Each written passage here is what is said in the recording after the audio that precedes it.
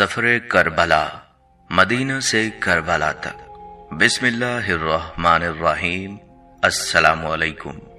یقیناً تمام تعریفیں اللہ کے لیے ہیں، ہم اس کی تعریف بیان کرتے ہیں، اسی سے مدد کے طلبگار ہیں۔ میں گواہی دیتا ہوں کہ اللہ کے سوا کوئی معبود برحق نہیں۔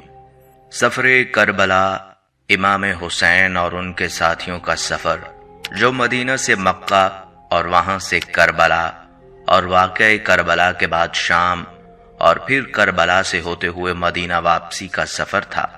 431 کلومیٹر مدینہ سے مکہ اور 1447 کلومیٹر مکہ سے کربلا اور 70 کلومیٹر کربلا سے کوفہ اور 1545 کلومیٹر کوفہ سے دمشق، 853 کلومیٹر دمشق سے کربلا اور 1209 کلومیٹر کربلا سے مدینہ، کل 5555 کلومیٹر قافلہ حسینی نے مجموعی طور پر مسافت طے کی۔ مدینہ سے مدینہ تک کا سفر براہ مکہ، کربلا، کوفہ، دمشق اور کربلا۔ آج کی اس ویڈیو میں ہم بات کریں گے کہ امام عالی مقام نے مدینہ کیوں چھوڑا اور آپ رضی اللہ تعالیٰ عنہ نے یزید کی بیعت کیوں نہیں کی، مکہ میں ارادہ حج کیوں ترک کیا اور اپنے بندھے ہوئے احرام کیوں کھول دیے۔ اس کے ساتھ ساتھ اس ویڈیو میں ہم امام علی مقام کے مکہ سے کربلا تک کے سفر میں آنے والی منازل اور واقعات کا ذکر کریں گے تاکہ جو لوگ نہیں جانتے انہیں امام علی مقام کے اس طویل سفر کی تھوڑی سی آگاہی ہو۔ ان تمام باتوں کے متعلق جاننے کے لیے آپ لوگوں سے گزارش ہے اس ویڈیو کو سکپ کیے بغیر آخر تک ضرور دیکھیے گا۔ ناظرین، یزید نے تخت نشین ہونے کے بعد ولید بن عقبہ کی وساطت سے امام حسین رضی اللہ تعالیٰ عنہ سے بیعت طلب کی۔ ولید نے سختی سے کام نہ لیا، لیکن مروان بن حکم بزور بیعت لینے پر مجبور کر رہا تھا۔ ان حالات میں امام حسین رضی اللہ تعالیٰ عنہ نے سفر مکہ اختیار کیا اور وہاں سے اہل کوفہ کی دعوت پر کوفہ کے لیے روانہ ہوئے۔ یزید کا ذاتی کردار ان تمام اوصاف سے عاری تھا جو امیر یا خلیفہ کے لیے شریعت اسلامیہ نے مقرر کیے ہیں۔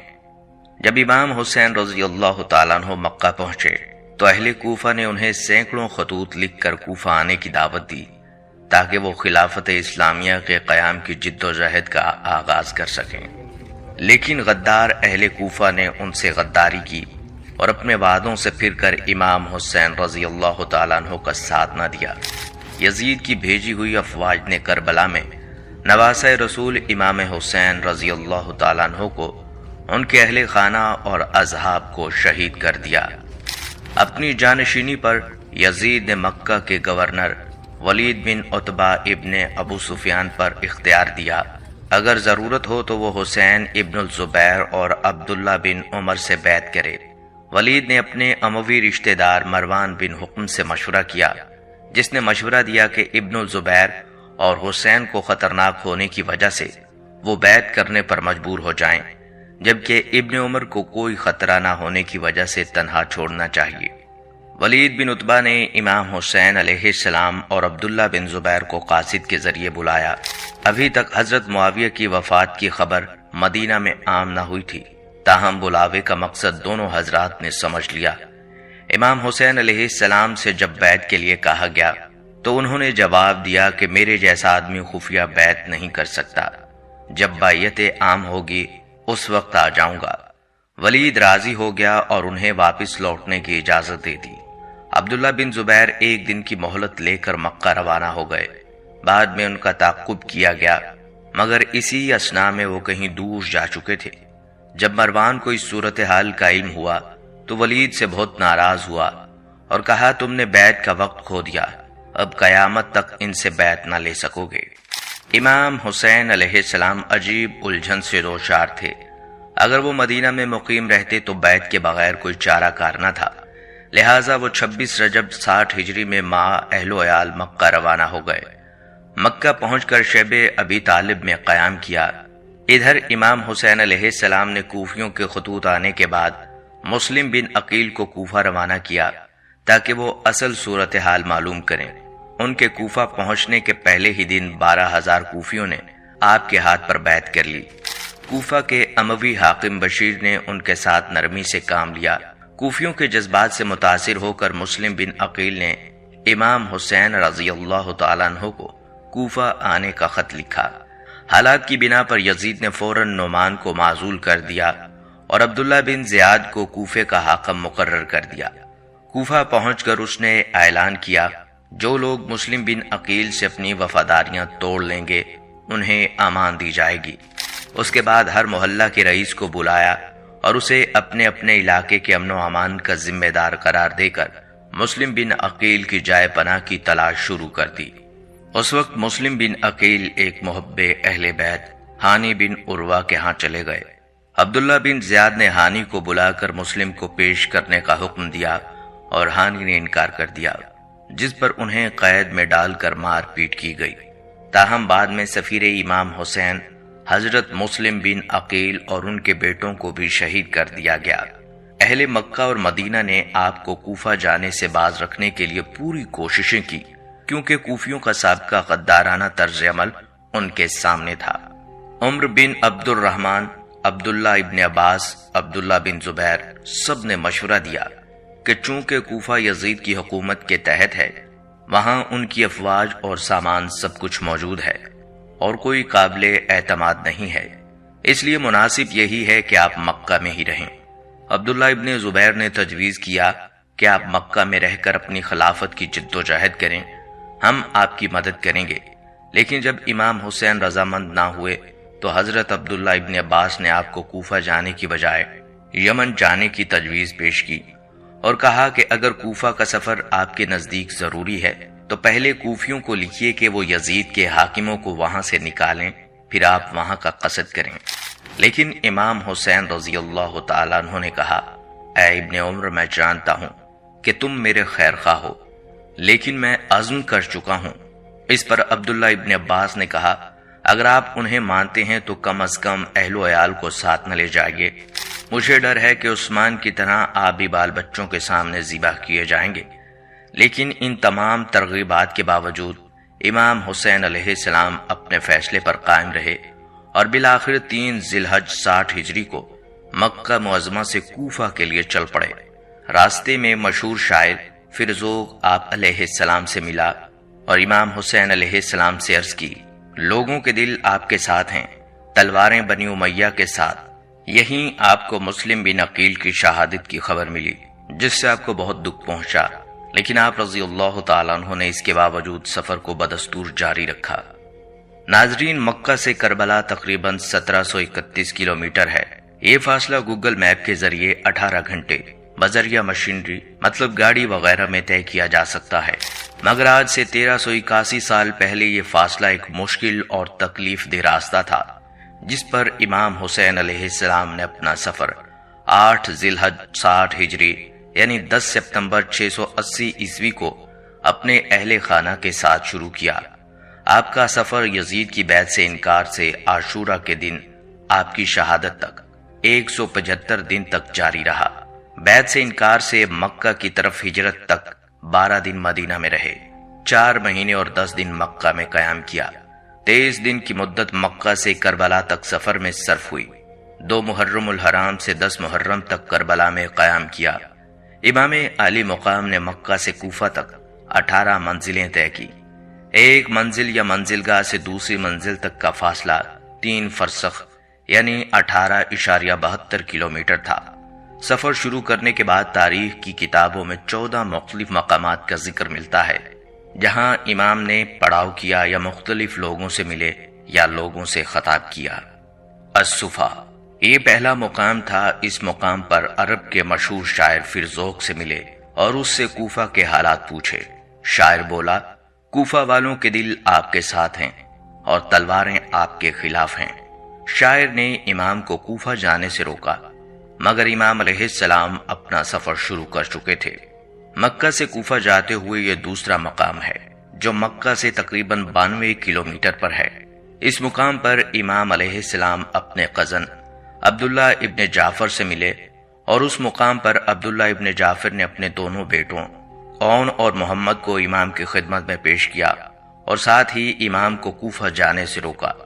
جس پر امام علیہ السلام نے جواب دیا، میری منزل اللہ کے ہاتھ میں ہے۔ نمبر 3، بطن الروما، یہ مقام ذات عرق سے کچھ کلومیٹر آگے ہے۔ یہاں امام نے قیس بن مشیر کے ہاتھوں کوفہ والوں کو خط لکھا، اور یہاں امام علیہ السلام کی ملاقات عبداللہ بن مطی سے ہوئی جو عراق سے آ رہا تھا۔ عبداللہ نے امام کو آگے جانے سے روکا اور بولا، کوفہ والوں پر بھروسہ نہیں کیا جا سکتا، وہ اہل وفا میں سے نہیں۔ مگر امام علیہ السلام نے اپنا سفر جاری رکھا۔ نمبر 4، حجاز کی پہاڑیوں پر یہ ایک چھوٹا سا ٹاؤن تھا، اور یہاں پر حجاز کی پہاڑیوں کا سلسلہ ختم ہو جاتا ہے اور عرب کا تپتا ریگستان شروع ہوتا ہے۔ یہاں امام علیہ السلام کی ملاقات زبیر ابن القین سے ہوئی۔ اسے جب پتہ چلا کہ امام کس مقصد کے لیے جا رہے ہیں تو اس نے اپنا تمام سامان اپنی بیوی کے حوالے کیا اور اسے کہا کہ تم گھر جاؤ، میری خواہش ہے کہ میں امام کے ساتھ قتل ہو جاؤں۔ نمبر 5، زبالہ، اس مقام پر امام علیہ السلام کی ملاقات 2 آدمیوں سے ہوئی جن کا تعلق عرب کے قبیلہ اسدی سے تھا۔ انہوں نے امام کو کوفہ والوں کے ہاتھوں جناب مسلم بن عقیل کی شہادت کی خبر سنائی۔ امام علیہ السلام نے فرمایا، بے شک ہم اللہ کے لیے ہیں اور اسی کی طرف لوٹ کر جانے والے ہیں، اور بے شک وہ ہماری قربانیوں کا حساب رکھنے والا ہے۔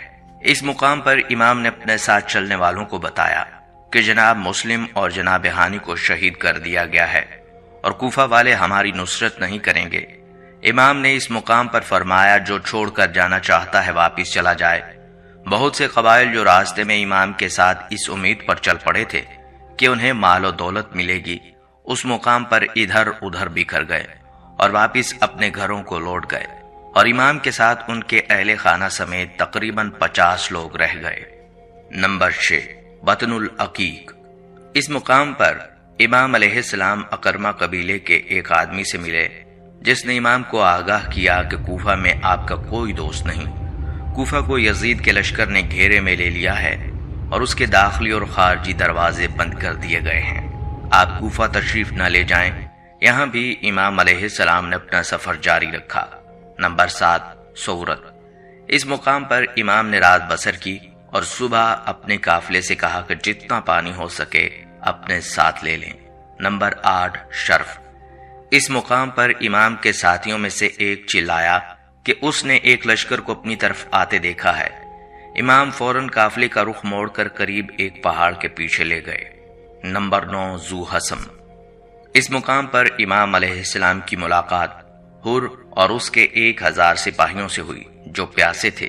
امام نے سب کو پانی پلانے کا حکم دیا اور بذات خود بھی سب کو پانی پلایا اور جانوروں کو بھی پانی پلایا گیا۔ اس مقام پر ظہر کی نماز ادا کی گئی اور سب نے مل کر امام کی امامت میں نماز ظہر ادا کی۔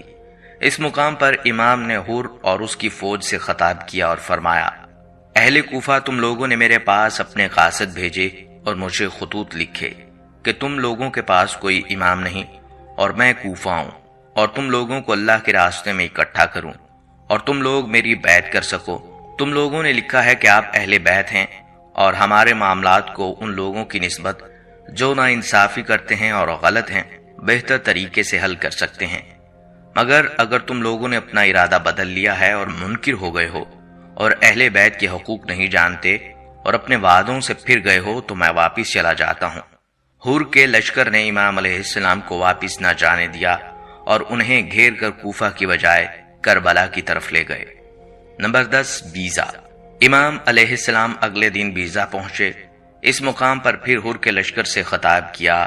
آپ نے فرمایا، لوگو، رسول اللہ صلی اللہ علیہ وآلہ وسلم نے فرمایا ہے، جو شخص ایسے بادشاہ کو دیکھے جو ظالم ہو، اللہ کے حرام قرار دیے کو حلال کہے، خدائی عہد و پیمان کو توڑے، سنت رسول کی مخالفت کرے اور اللہ کے بندوں پر گناہ اور زیادتی کے ساتھ حکومت کرتا ہو، وہ شخص اپنی زبان، اپنے فعل اور اپنے ہاتھ سے اس بادشاہ کو نہ بدلے تو اللہ کو حق پہنچتا ہے کہ ایسے شخص کو اس بادشاہ کی جگہ جہنم میں داخل کرے۔ امام نے اس مقام پر مزید فرمایا جس کا مفہوم ہے، لوگوں، تمہیں معلوم نہیں کہ جن لوگوں نے شیطان کی اطاعت اختیار کی اور اللہ سے منہ پھیرا، ملک میں فساد برپا کیا، حدود شرع کو معطل کیا اور مال غنیمت کو اپنے لیے مختص کر دیا، ایسی صورت میں مجھ سے زیادہ کس پر فرض عائد ہوتا ہے کہ وہ اصلاح کی کوشش کرے۔ میرے پاس تمہارے قاصد آئے اور خطوط پہنچے کہ تم نے بیعت کرنی ہے۔ اگر تم میرے مددگار بنو اور مجھے تنہا نہ چھوڑو گے، پس اگر تم اپنا وعدہ پورا کرو گے تو سیدھے راستے پر پہنچو گے۔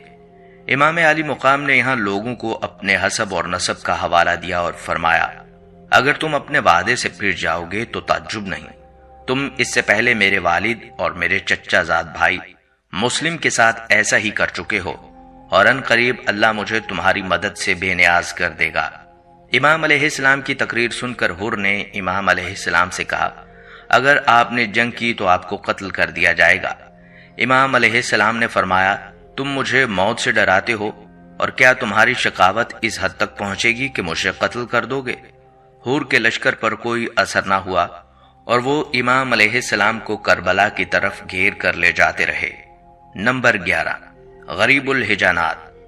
اس مقام پر امام علیہ السلام کی ملاقات ترماح بن عدی سے ہوئی، جس نے امام علیہ السلام کو کوفے والوں کے خطرناک ارادے سے آگاہ کیا، جسے امام پہلے ہی جانتے تھے، اور امام علیہ السلام سے اپنے ساتھ کوہ آجاہ چلنے کی درخواست کی تاکہ امام وہاں پناہ لے سکیں۔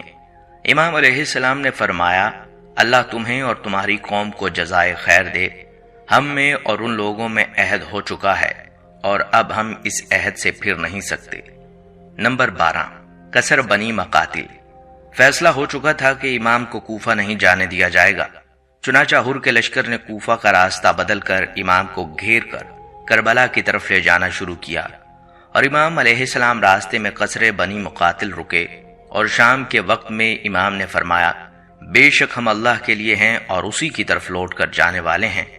امام علی مقام کے 18 سالہ بیٹے حضرت علی اکبر امام حسین رضی اللہ تعالیٰ عنہ کے قریب آئے، اور امام نے فرمایا کہ انہوں نے خواب میں کسی کو کہتے ہوئے سنا ہے، یہ لوگ انہیں قتل کرنے والے ہیں، جس پر جناب علی اکبر نے امام کو تسلی دی اور فرمایا، کیا ہم سیدھے راستے پر نہیں ہیں؟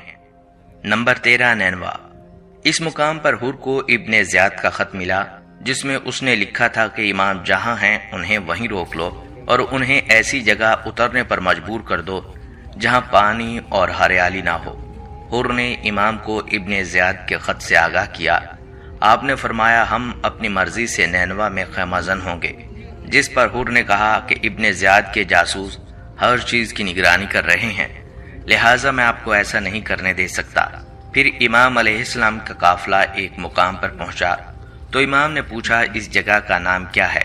کسی نے جواب دیا، کربلا۔ امام علیہ السلام نے فرمایا، یہ کرب و بلا کی جگہ ہے، یہی وہ جگہ ہے جہاں ہمیں قتل کیا جائے گا۔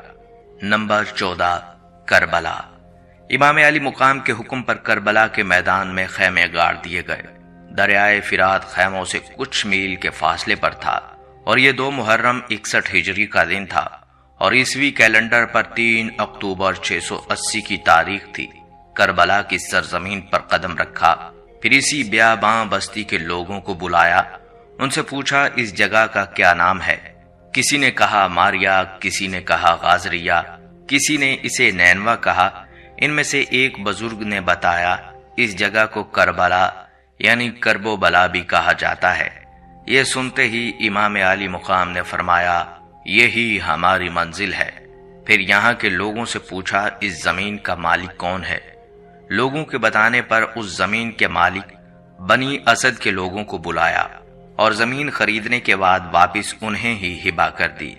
ان سے کہا، یہ ہماری جائے شہادت ہے، یزیدی فوج جب ہمیں قتل کر دے تو تم لوگ آنا اور ہمارے لاشیں دفن کر دینا، اسی زمین پر کبھی کھیتی باڑی نہ کرنا، جب کوئی ہمارا زائر آئے اسے ہماری قبروں کا پتہ دینا، اور 3 دن تک انہیں اپنا مہمان رکھنا۔ اس کے بعد امام علی مقام نے ان سے کہا، جاؤ اپنی عورتوں کو بھیجو۔ بنی اسد کی عورتوں سے امام حسین رضی اللہ تعالیٰ عنہ نے کہا، اگر تمہارے مرد کسی خوف سے ہمیں نہ دفنا سکیں تو تم آنا اور ہماری لاشوں کو دفنا دینا۔ اس کے بعد کہا کہ اپنے بچوں کو بھیج دو۔ جب ان کے بچے آئے تو آپ علیہ السلام نے ان سے کہا، بچوں، اگر تمہارے والدین ہمیں نہ دفنا سکیں تو تم کھیلنے کے بہانے یہاں آنا اور مٹھیوں میں ریت بھر کر ہمارے لاشوں کو ڈھانپ دینا۔ روز عاشور جب یزیدی فوج نے آل رسول صلی اللہ علیہ وآلہ وسلم اور جانثاروں کی لاشوں پر گھوڑے دوڑائے اور خواتین اور بچوں کو قیدی بنا ڈالا، تو روایات کے مطابق 13 محرم کو بنی اسد کے لوگوں نے اپنے وعدے کے مطابق ان بے کفن لاشوں کو دفنا دیا۔ آج بھی بنی اسد کے لوگ اپنے مخصوص انداز میں روزہ امام حسین رضی اللہ تعالیٰ عنہ پر مخصوص انداز میں حاضری دیتے ہیں۔ ناظرین، ایک مقام آیا، آپ نے دریافت کیا اس جگہ کو کیا کہتے ہیں؟ بتایا گیا اس جگہ کو کربلا کہتے ہیں۔ آپ علیہ السلام آپ دیدہ ہو کر کہتے ہیں یہی ہماری قتل گاہ ہے، چنانچہ وہیں خیمے نصب کر دیے۔ مگر جب یزید کو خیمے نصب کرنے کی اطلاع ملی تو اس نے حکم دیا آپ کے خیمے وہاں سے ہٹا دیے جائیں۔ اس پر انصار جوش میں آ گئے اور حضرت عباس علمدار رضی اللہ تعالیٰ عنہ نے کہا کہ کس کی مجال ہے کہ میرے ہوتے ہوئے خیام حسینی کو یہاں سے ہٹایا جائے۔ لیکن امام علی مقام نے سب کو سمجھا بجھا کر وہاں سے خیمے ہٹا لیے اور دریائے فرات سے 3 میل کے فاصلے پر میدان میں خیمے نصب کیے، جہاں پانی کا دور دور تک نام و نشان نہ تھا۔ آپ کا طرز عمل یہ بتاتا ہے کہ آپ کا مقصد جنگ و جدل نہیں تھا، بلکہ اپنے نانا سرور کونین امام الانبیاء حضرت محمد صلی اللہ علیہ وآلہ وسلم کے دین کی حفاظت کرنا تھا۔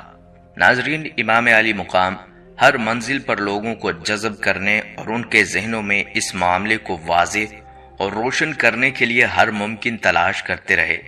ذات ارقا نامی جگہ پر بشر بن غالب الاسدی نامی ایک شخص امام کی خدمت میں پہنچ کر کوفہ کے حالات کی نزاکت کی اطلاع دیتا ہے۔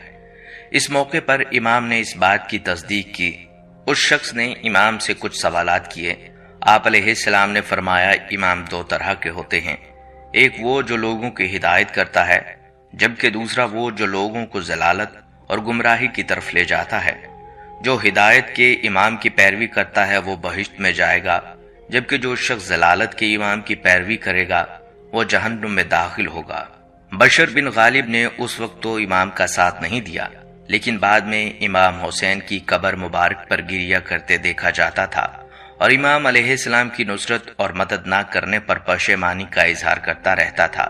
اسی طرح سلبیہ نامی جگہ پر ابو ہریرہ ازدی نامی شخص نے امام علیہ السلام کی خدمت میں آ کر اس سفر کی وجہ دریافت فرمائی تو امام نے فرمایا بنی امیہ نے میری جائیداد لے لی، اس پر میں نے صبر کیا، مجھے گالی دی، میں نے صبر کیا، میرے خون کے در پہ ہوا تو میں نے فرار اختیار کی۔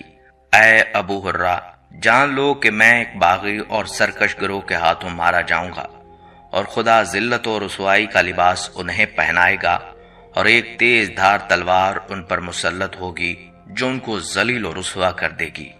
ناظرین، روایات میں آتا ہے امام علیہ السلام جب بطن الرما نامی جگہ پر پہنچے تو کوفیوں کو خط لکھا اور انہیں کوفہ کی طرف اپنی روانگی کی اطلاع دی۔ امام علیہ السلام نے خط قیس بن مظہر کو دیا۔ قیس جب قادسیہ پہنچے تو ابن زیاد کے سپاہیوں نے ان کا راستہ روک لیا اور ان کی جامعی تلاشی لینا چاہا۔ اس موقع پر قیس نے مجبور ہو کر امام کا خط پھاڑ دیا تاکہ دشمن اس کے مضمون سے باخبر نہ ہو سکیں۔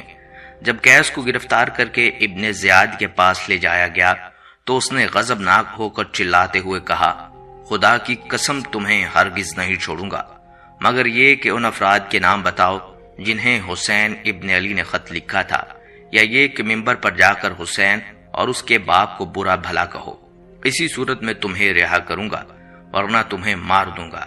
قیس نے قبول کیا اور منبر پر جا کر امام علیہ السلام کو برا بھلا کہنے کی بجائے کہا، اے لوگو، میں حسین بن علی کا ایلچی ہوں اور تمہاری طرف آیا ہوں تاکہ آپ کا پیغام تم کو پہنچا دوں، اپنے امام کی ندا کو لبیک کہو۔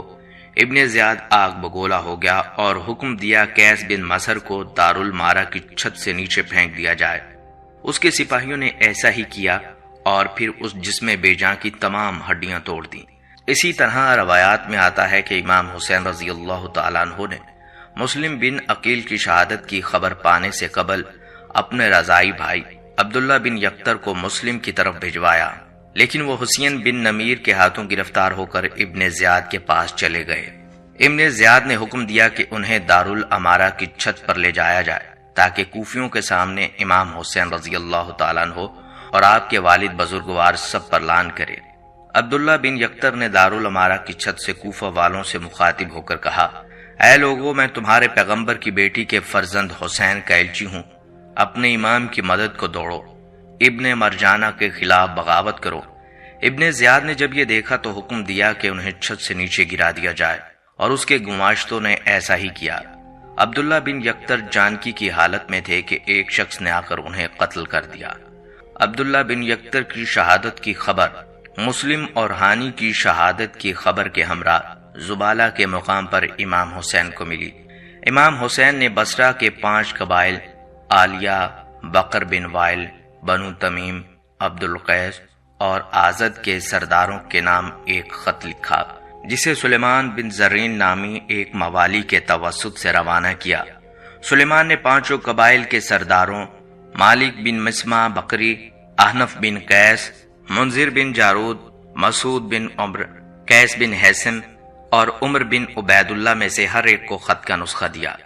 اس خط کا مضمون اور متن ایک ہی تھا، جو کچھ یوں تھا: میں تمہیں کتاب خدا اور سنت رسول صلی اللہ علیہ وآلہ وسلم کی طرف بلاتا ہوں۔ بے شک سنت نیست و نابود ہو گئی اور بدعتیں زندہ ہو گئی ہیں۔ تم میری بات سنو گے اور میرے فرمان کی پیروی کرو گے تو میں اس راہ راست کی طرف تمہاری رہنمائی کو آؤں گا۔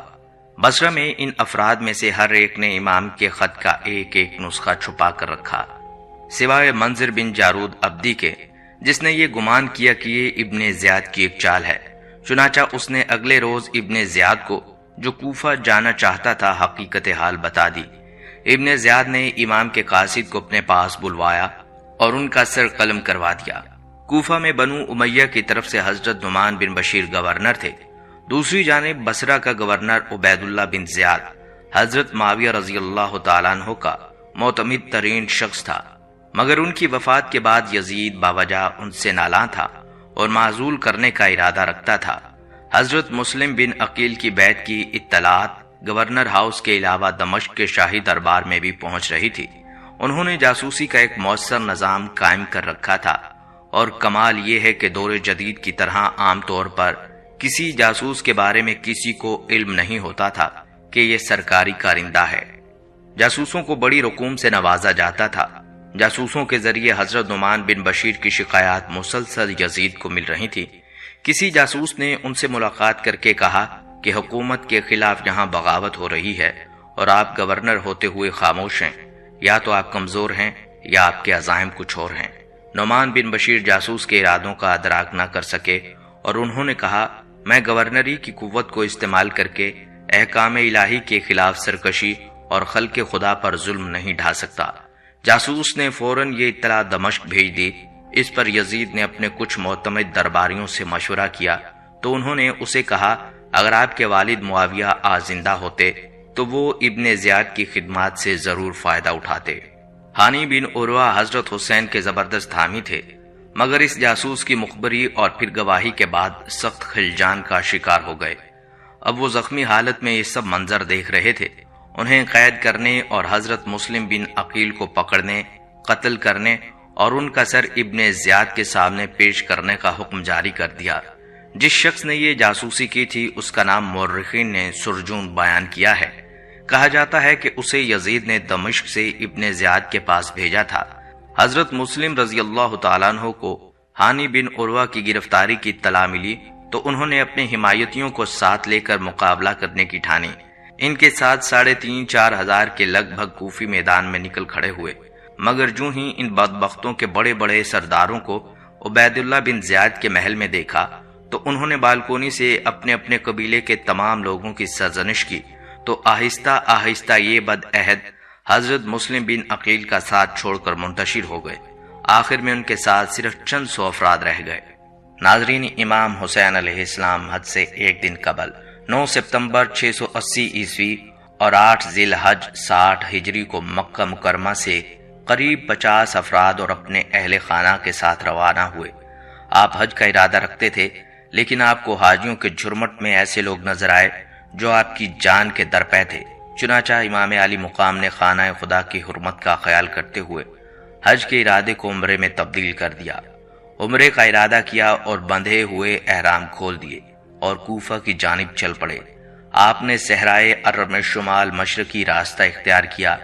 آپ کے چچا زاد بھائی عبداللہ ابن جعفر کی مرضی پر مکہ کے گورنر عمرو بن سعید نے اپنے بھائی اور ابن جعفر کو حسین کے بعد مکہ میں حفاظت کی یقین دہانی کرانے اور اسے واپس لانے کے لیے بھیجا۔ حسین علیہ السلام نے واپسی سے انکار کر دیا۔ اس سے متعلق کہ محمد نے خواب میں جو حکم دیا تھا اس کے نتائج سے قطع نظر آگے بڑھیں۔ تنعیم کے نام سے مشہور جگہ پر اس نے رنگ برنگے پودے اور کپڑے لے جا رہے ایک قافلے کو، جس کو یمن کے گورنر نے یزید کے پاس بھیجا تھا، آگے چلتے ہی سلبیہ نامی ایک جگہ پر چھوٹے قافلے کو ابن عقیل کی شہادت ملی اور اہل کوفہ کی بے حسی کی خبر ملی۔ بعد ازاں زبالہ میں حضرت حسین رضی اللہ تعالیٰ عنہ کو اپنے قاصد قیس ابن محضر کی گرفتاری اور قتل کا علم ہوا، جسے حجاز یعنی مغربی عرب سے کوفہ بھیج دیا گیا تھا۔ راستے میں جگہ جگہ یزیدی دستوں نے قافلہ اہل بیت کو روکنا چاہا، مگر وہ کسی نہ کسی طرح کربلا تک آن پہنچے۔ یہ 60 ہجری کے آخری دن تھے۔ اسی اثنا میں نئے سال کا ہلال طلوع ہوا۔ عمرو بن سعد ابی وقاص بنو امیہ کی حکومت میں ایک علاقے کا حاکم تھا۔ جب اسے ابن زیاد نے اس قافلے کو قتل کرنے کا حکم دیا تو شروع میں اس نے کافی پسو پیش کیا۔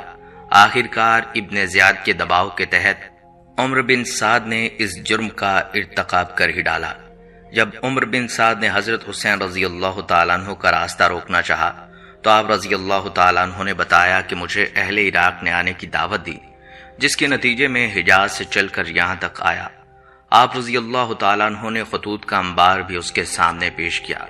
عمرو بن سعد نے حضرت حسین رضی اللہ تعالیٰ عنہ کے دعوے کی تکذیب نہیں کی، بلکہ کہا کہ اہل کوفہ نے آپ کو خطوط لکھے مگر وہ اب آپ کا ساتھ چھوڑ چکے ہیں۔ آپ کے لیے اس سے سوا کوئی راستہ نہیں کہ یزید کی بیعت کر لیں۔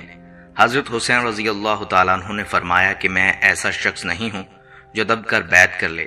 ابن زیاد نے کوفہ جانے والے راستوں پر فوج رکھی تھی۔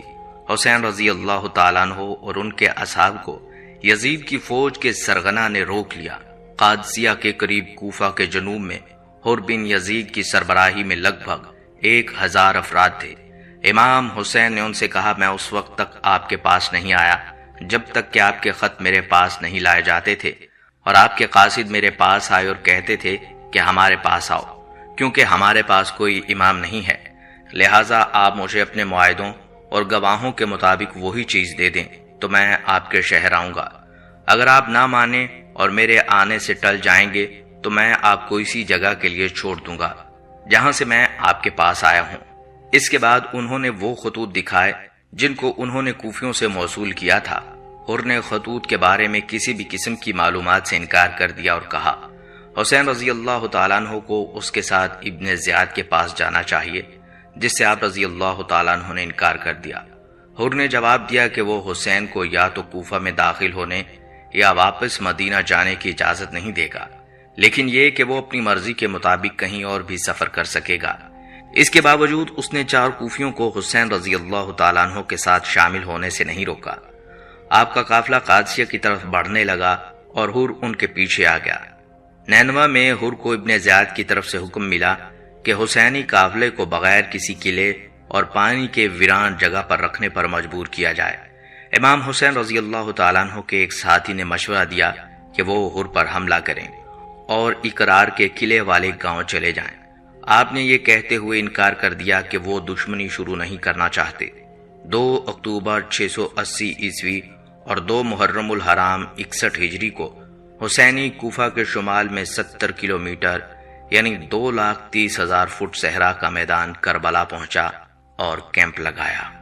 ناظرین کرام، یہ تھی آپ علیہ السلام کے سفر کربلا کی مختصر داستان۔